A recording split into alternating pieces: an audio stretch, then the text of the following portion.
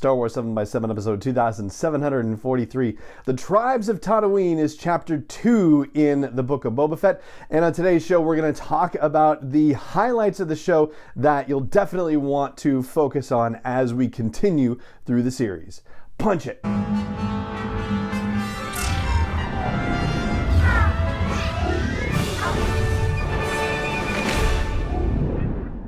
Hey Rebel Rouser, I'm Alan Voivod and this is Star Wars 7x7, your daily dose of Star Wars joy.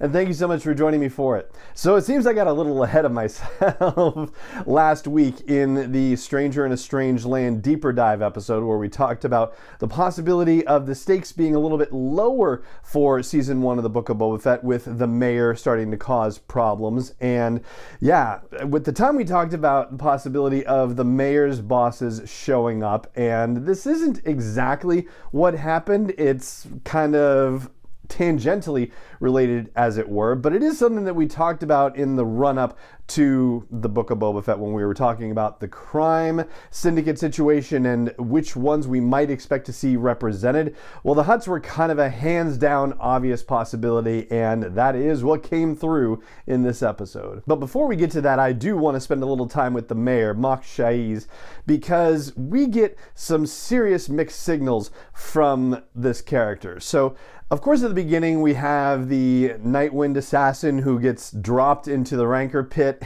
and conned into giving up the fact that the mayor is the one who hired him. So take that for face value, okay? I mean, the assassin is trying to save his own life and obviously is just utterly wrong about the situation. And when Boba and Fennec and company go to confront the mayor over this situation, the mayor immediately has this assassin killed and says, oh, hey, thanks, the assassins of the Night Wind aren't supposed to be operating outside of Hutt space. Blam! And that guy's taken out. But they were very obviously operating outside of Hutt space. They were not trying to make a secret of their situation. So that does strike a person as strange. And it makes me think that the mayor was trying to get rid of the evidence by killing the guy, for one thing. And then, of course, it raises the question as to what happened to the other Night Wind folks. Are they all dead after the fight with Boba and Fennec? And were they all killed in that fight? Or were there other survivors who were then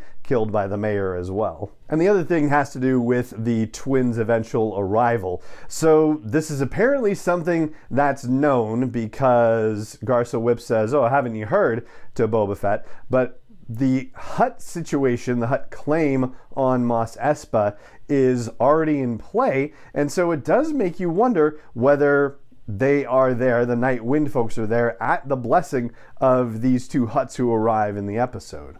And his whole bit about, I have no motive, I serve at your pleasure. Also a bunch of bunk, right? But why he would just say, go tell Garza instead of telling Boba Fett himself? Yeah, there's something definitely going on with the mayor that is not been fully revealed at this point. And then you throw in the mayor's, hey, here's some advice for you. Running a family is tougher than being a bounty hunter. Go talk to Garza and you'll understand why. Which then raises the question of whether Bib Fortuna was the one in charge of Mos Espa or whether Bib Fortuna was paying his own tribute money to this mayor person. So yeah, lots more to learn about this mayor and his connections and his motives. Okay, so Garza Whip, again as the information broker like we talked about in our previous breakdown, saying that the twins, the quote-unquote twins, have laid a claim on Jabba's territory. So we are told that they are cousins, and there are a couple of different ways you could interpret cousin. Of course, it could be direct, it could be, second and distantly connected, but there is at least one known Hutt who exists, who is a first cousin of Jabba. That Hutt's name is Hero, and at the time of the sequel trilogy, in between The Last Jedi and The Rise of Skywalker, Hero was hosting a talk show called The Hutt Hour, and you could actually hear it sometimes at Black Spire Outpost. Hero is a first cousin of Jabba, as the son of Zero the Hutt from the Clone Wars. Yes, the one with the comedically high basic voice. But the twins are only referred to as brother and sister in this episode. And yes, I checked the audio description as well, and no additional details are given about them. But the encounter does suggest that Boba has done his homework on the Hutts. He thinks that they're all just embroiled in debauchery on Nal Hutta. And yeah, maybe that's the case, because the Hutts are pretty well known for that sort of thing.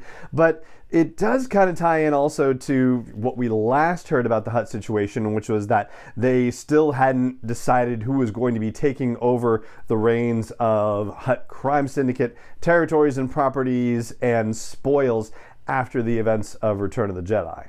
And that's really all we get for storytelling for the present time period, and it only lasts about 13-ish minutes or so. So basically, roughly around the same amount of time that we got in the first episode.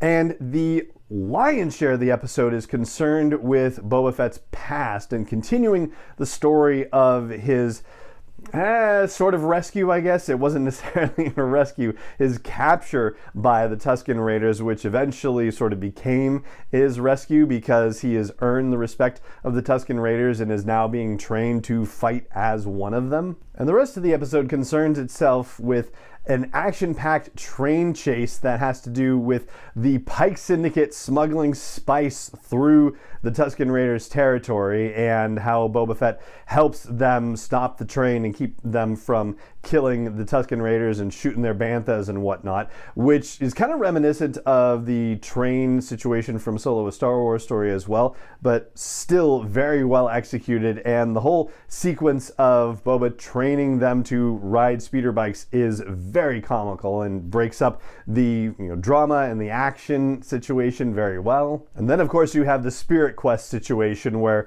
Boba gets a lizard crawling up his nose and presumably messing around with his brain, and some kind of mist as it's described in the audio description, but there's probably some sort of spice lace to it as well, where he is just out of his mind wandering through the desert. And it seemed like, it was almost a Kaminoan kind of mixture in the visual imagery, but it's not referred to like that in the audio description or anything like that. It's just referred to in very generic terms.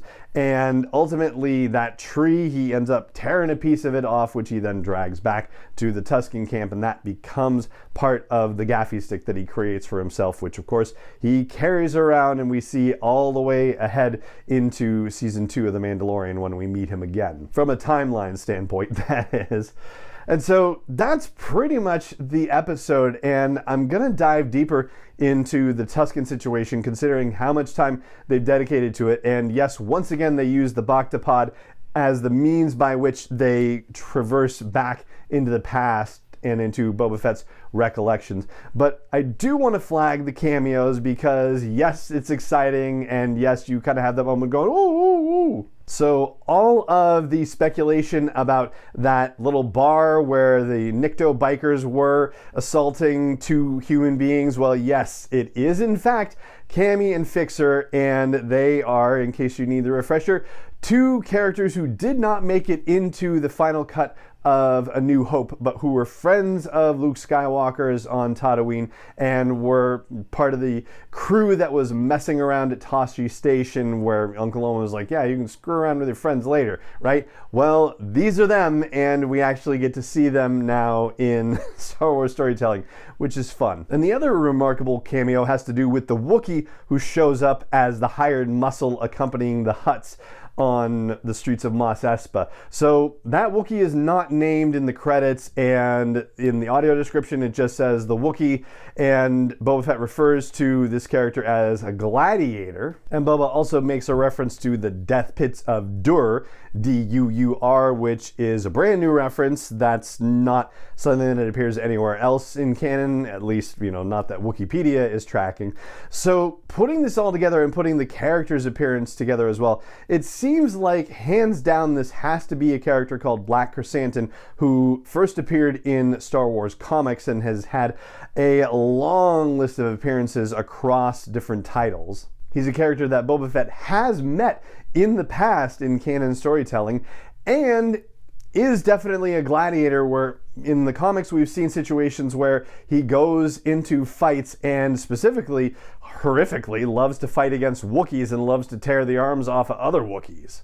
And Black Krrsantan has also had storytelling interactions with both Darth Vader and Obi-Wan Kenobi. So this is a big surprise, a very welcome one, and probably not the only time that we're going to see Black Krrsantan in the Book of Boba Fett. And who knows, he could end up showing up somewhere else as well. And those are the big highlights for the Tribes of Tatooine to keep in mind as we move forward, particularly in terms of the current time storyline, the fact that we really don't know what the mayor's game is and where his allegiances are, whether it's just to himself or if it's to the Hutts, or if it's to somebody else entirely. We know the Hutts are finally staking a claim on Mos Espa, and they are certainly giving Boba Fett another warning that maybe he better sleep lightly, that there's trouble coming his way, which is a similar warning that he got from the mayor's majordomo at the beginning of episode 1, which was fulfilled in that episode.